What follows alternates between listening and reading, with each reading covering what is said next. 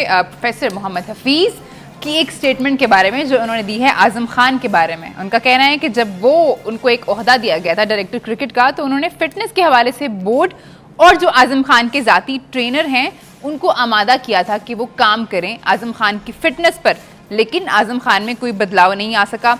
ICC T20 world cup के दौरान उन्होंने गुफ्तगू की है। उनका कहना था कि पूरी टीम जो है 2 किलोमीटर का फासला अगर 10 मिनट में तय करिए तो वही काम आज़म खान के लिए 20 मिनट का है। सलीम भाई, मैं इंजी इससे पहले वक्फे में जब आपने कहा था तो इंजी ने बड़ा अच्छा एक जवाब दिया था। मेरा ख्याल इंजी भाई फिर जी मैं इसका अगर अब मेरे से पूछे तो मैं वो अच्छा नहीं लगता। मैं जी जिन्होंने 2 मिनट में वो 2 किलोमीटर कर लिए, 10 मिनट में कर लिए, उन्होंने भी कोई तीर नहीं मारा। ये बात तो सच है। ठीक है, पहली बात ये। और दूसरी चीज़ ये कि हम आज़म खान को काफ़ी, मैं टीवी चैनल्स पे देख रहा हूँ कि उसको ट्रोल कर रहे हैं, उसको कर रहे हैं। मेरे से आप ये बताएं कि एक आदमी फिट नहीं है जी, ठीक है, हमें दिख रहा है, पहले भी वर्ल्ड कप से पहले भी दिख रहा था, उससे पहले भी दिख रहा था, उसकी परफॉर्मेंस भी नहीं है ठीक है। उसकी कोई जाने से पहले 14 मैचों में, इस सिलेक्शन से पहले 13 मैचों में 88 स्कोर थे, परफॉर्मेंस भी नहीं थी ठीक है जी।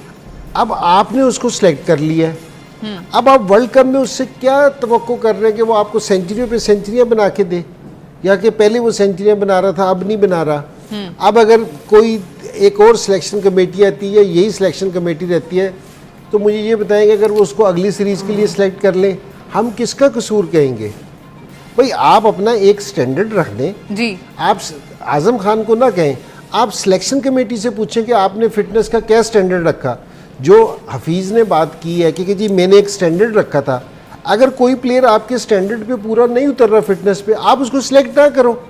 ये बिल्कुल सिंपल सी चीज़ है। आप है ना बुला किसी को सिलेक्ट करके कि जी आपने अब सारा उसको सिलेक्ट कर लिया, आपके दौर में भी वो सिलेक्ट था, आप जो कंसीडर कर रहे थे, तो उसके बाद टीवी में बैठ के अगर उसने पहले भी परफॉर्मेंस नहीं दी थी, उसकी 8 की एवरेज पे आप उसे सिलेक्ट करके लेके गए थे जी। अब आप उसको हर जगह पे है ना अब ये कह रहे हो कि जी आज़म खान, मेरा नहीं ख्याल कि जी ये सही है।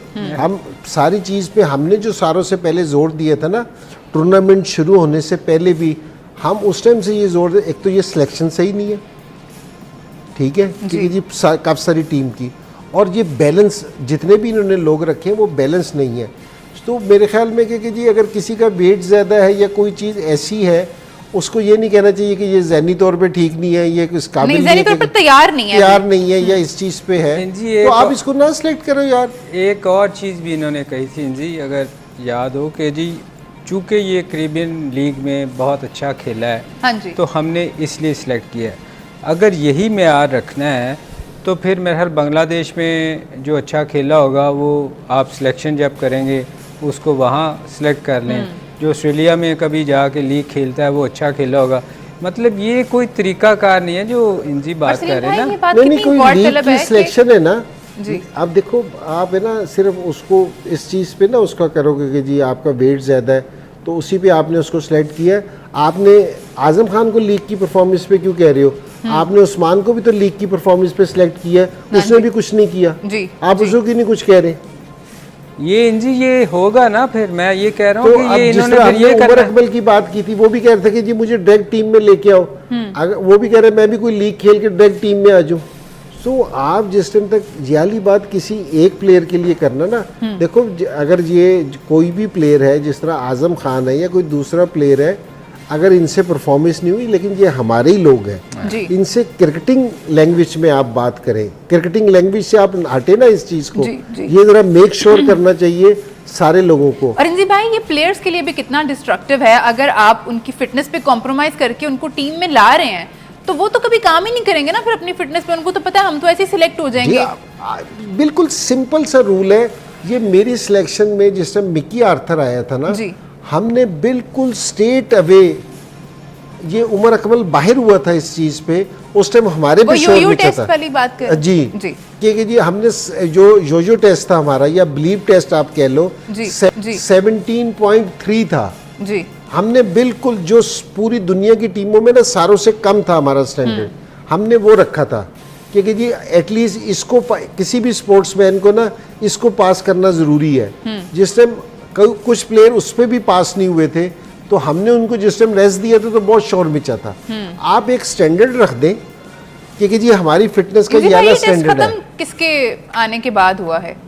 क्योंकि काफी टाइम तक तो टेस्ट ये चलता था और उसकी बेस पे ही आप सिलेक्शन हो रही थी, तो ये खत्म कब हुआ है टेस्ट? मेरे ख्याल पे ये वसीम मोहम्मद वसीम जब जी चीफ सिलेक्टर बने ना, अच्छा। और हालांकि उनको- मिसबा ने भी इसको कंटिन्यू किया था। मिसबा ने कौन मिसबा भी फिटनेस का है ना, वो ख्याल रखता था कि जी जो टीम में सिलेक्ट हो जी। तो उसकी फिटनेस बेहतर होनी चाहिए, स्टैंडर्ड था।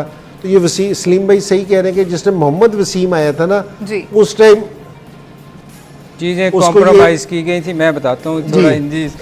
देखें उस वक़्त ना इसको चीफ सिलेक्टर इसी वजह से बनाया गया था कि फलां काम पे आपने कॉम्प्रोमाइज कर रहे थे। ये देखें ना, हमारे यहाँ यही जो चीज़ें हम रोते हैं कि आप जब चीज़ें आपको जब सिलेक्ट किया जाता है किसी चीज़ की सिलेक्शन के लिए आपको बनाया जाता है तो आप ईमानदारी से काम नहीं करते, आप कॉम्प्रोमाइज़ करके आते हो। जब आप कॉम्प्रोमाइज़ करके आते हो तो फिर आगे भी आपको कॉम्प्रोमाइज़ करना फिर आप पड़ता है। देखिए ना